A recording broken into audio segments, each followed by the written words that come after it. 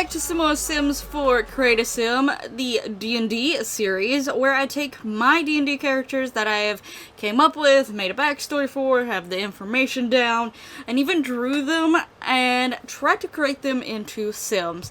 Now for this particular creation, this Sim, before I put up the picture of the drawing, if you are someone who doesn't like anything dealing with spiders, including like people that have spider features or look like a spider, I am just gonna put this out here. Don't continue on with this video because this lady technically is like a spider folk, or I think I remember something's called a strider, but I think they have an actual spider body. They're like a centaur but spider form.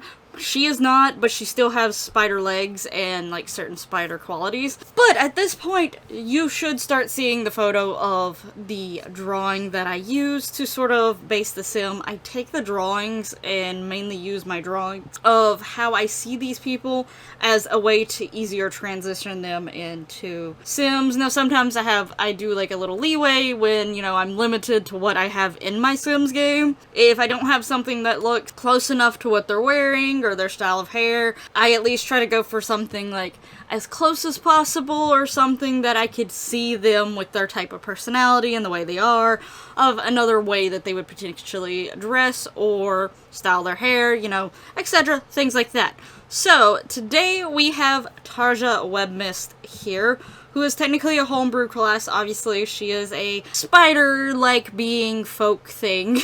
I wrote her race down as an Arachne, which I know that there is like is it Greek mythology that there is a god named Arachne who actually has the spider body, and then the human torso, which is like, you know, the centaur but spider form thing. But I found this homebrew class that was called this, and the way there was no picture to go along with it, but the way to describe it was more of how I was going for her. I didn't want her to have like the spider body part. Basically, I just she was one of the ones that I sort of came up with design and just wanted to try to actually do before I come up with a lot of the stuff. There's a few of the characters where the design ended up coming first and then things were decided on later on.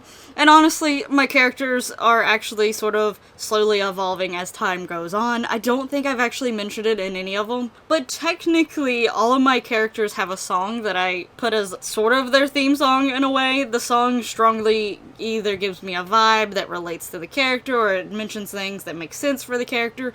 And there are some songs that sort of influence and change the character as well, because as I'm thinking about more stuff to add to their backstory, the song like really fits in some parts, and then there's some things in the song that is mentioned that I'm like, you know, if I twisted it a little bit and changed it up a little bit, it makes sense, and like add this to their story, and like the song fits even better, and so on and so forth. But also just like in between, like me and my boyfriend, when we talk about our characters with each other, and he's like the type that definitely randomly asks just these random questions, like when we went through one time and like, if your character was going to have a pet, what would it be? And things like that, like what would their favorite food be? What is like these little tiny questions that eventually, for some of them, spin out and actually give them more story and more depth to their personality. So technically my characters are always ever changing and evolving, but this is one of them that definitely has been changing quite a bit when it comes to the story-wise, just because I did start with the design first. She is a battlesmith artificer and a rune knight fighter, so she is multi-classing, and she is getting far enough in each one of them to have a subclass for both. That is what she is. Part of her design with the web like skirt thing that she has, and I have like little potions on it. The battlesmith artificer doesn't really have much to do with potions per se, but I still want to imagine that maybe this is like some of them are potions, but maybe some of them are things that she uses to help in the creation of weapons. Maybe there's like some that are like oils or whatever. I admit myself, when it comes to making weapons and making armors, I don't know enough about it to for surely know. I just know that sometimes there is things that you use to help like with lubrication and things like that. At least potentially maybe goes more to machinery versus just making weapons. But anyway, you get what I'm trying to say. But also, I just really liked the look of that skirt, and I wanted her to be an artificer. I wasn't for sure which subclass I was going to give her. I had her drawn out before I decided her subclass, technically, but I wanted her to be an artificer of some kind, just because spiders, you know, they make webs. There's some spiders that make intricate designs in their webs, and, you know, sometimes they make their webs to, like, help them out in certain situations. They also use it to basically catch their prey and roll them up and have them for dinner and all that sort of thing. So that was a big reason why I wanted her to have an artificer, and I also gave her fighter just because I imagine that she can actually use these 8 spider-like legs coming out of her back as weapons themselves. I just thought that would be a really cool idea, and with the artificer, I think there is one class that is like super offensive, but the artificer is like the newest class, so there's like subclasses being added to it all the time, but at my memory as it serves it, when I was creating her subclasses, I think there's only one that's like super offensive to a certain degree. I think the battlesmith technically is offensive itself in a way, but it's like it's still like the making is like a big part of the artificer. Now, I did give her the aspiration of purveyor of potions, though, when it comes to Sims, just because, again, that whole sort of making stuff thing is a big part of the artificer, and I wanted her, even though I think she's going to be equal levels in her artificer and her fighter, who knows, I might change that if I ever actually got to play her. But, or like even put her in like an NPC role, I might change that a bit. But for the most part, I think I'm going to go about even on them. So like 10 and 10. But I still want the artificer to be like her main one. Even if they're both equally leveled up the same, I want her artificer to be the more stronger side of her. So yeah, I gave her the purveyor of potions. And if I get all the traits to work, I'm going to have her as a kleptomaniac, a maker, perfectionist, romantic, and loner. The loner part comes from the fact that she is this arachne. She is a spider-like creature. A lot of people there's some people that look at her in disgust, but then there's also some people that look at her because I did want her to be beautiful. One of the things I had trouble with is trying not to make her look like my sim from the Forgotten series, Arachneon, which is like I created basically evolutions for the evolutions that Eevee doesn't have, and bug type is one of them that Eevee doesn't have, and I made like a spider-ish type evolution, and I named it Arachneon, and I was trying so hard to not make her look like Arachneon. There is some similarities here and there, but considering in some ways, I'm not gonna lie, Arachneon was partially some of the inspiration behind some elements of her design, so the fact that she looks somewhat like Arachneon is partially because she was slightly inspired off Arachneon. I really like how Arachneon turned out in my Sims game. I really think she's really pretty. So, and you know, she does have some of those spider vibes going on with her. So she was she had some influence on this character creation as I was drawing her. So yeah, she's very, very beautiful, so there's some people that can look past the fact that she's got some of these spider-like features. She's got these legs protruding out of her, but at the same time, it sort of makes her just inherently more of a loner type person. She sort of stays away from people because they don't really know how they're going to react. They're like, oh, giant bug, I don't like that. So she sort of stays away from that, and for the most part, but there's a part of her that wish that she could find more like her. That's technically one of her goals, like in the DM world, is the D&D world, is to see if there's anyone else like her, because to her knowledge, there's not many like her that have more human-like features with some spider features, so she's sort of wanting to find more like her. She also wants to sort of perfect her skills. Like, that's her main goal when it comes to D&D. Now, going back to the traits for Sims, like, talking about the loner one, it is one of the main ones. Like, I chose 3 to be the main ones, just in case this mod isn't working when I go to put them all in this house, that I'm going to be doing like a little TV reality show experiment thing with my D&D characters here.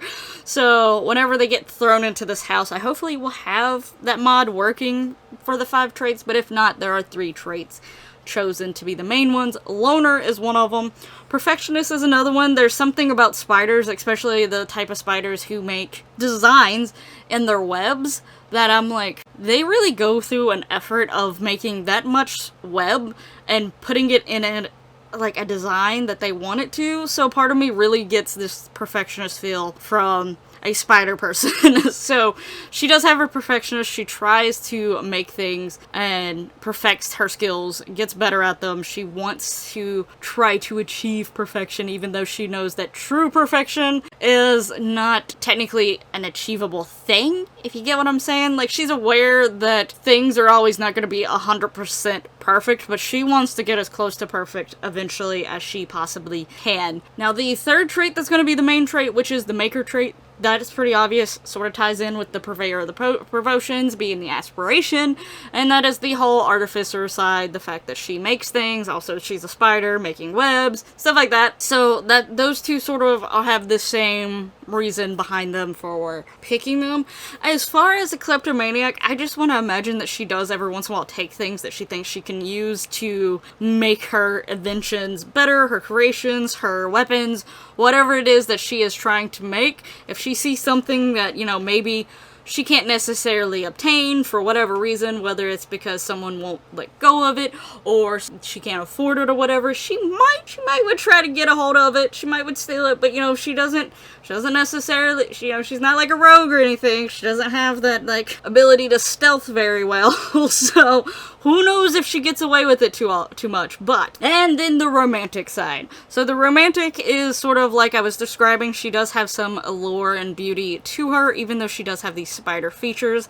And she does sort of know that, and it does make her sort of have this romantic side.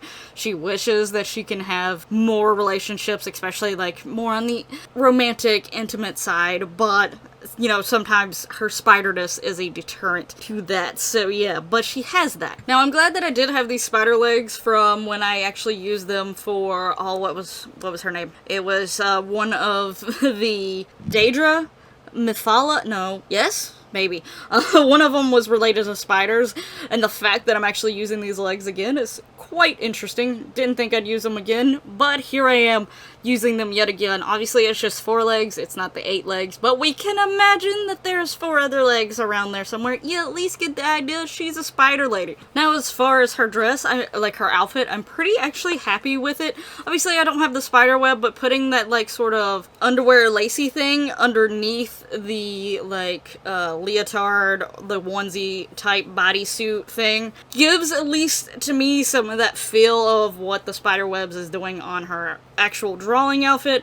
Obviously, it's not over top of it, though. But, overall, I was pretty happy with how she turned out. I hope that you like how she turned out as well. Let me know your thoughts down in the comments below. I know I've been on a bit of a break lately. I think there was one other character before this that I actually pre-recorded before, recorded the voiceover before my break. But I am back. There was a few things going on, family-wise and life-wise. I just decided to take a break, and then in the mix of my break, things happened. So I just made my break a little bit longer than planned. But I am back, and we are continuing on with these D&D characters. I hope you're looking forward to seeing more of them and eventually seeing them in the house. Let me know who is your favorite so far. Just as a little interesting fact about Taja here. So this is just a little thing that I thought was hilarious, and if my boyfriend is listening to this, and he's probably going to get irritated about this part, but at one point we both took a lot of our characters and we put them in not going into super big details, but just a basic of what they would be if they were all level 20.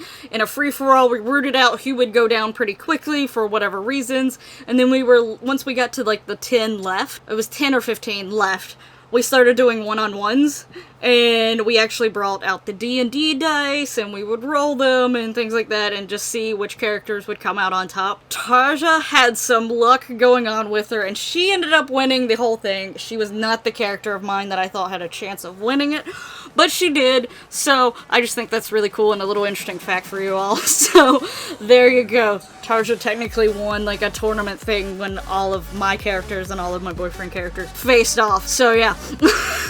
Anyway, thank you so much for watching. I hope you enjoyed this video. If so, hit that lovely like button, subscribe, all that lovely YouTube goodiness, and I'll hopefully see you in the next one. But until then, bye bye!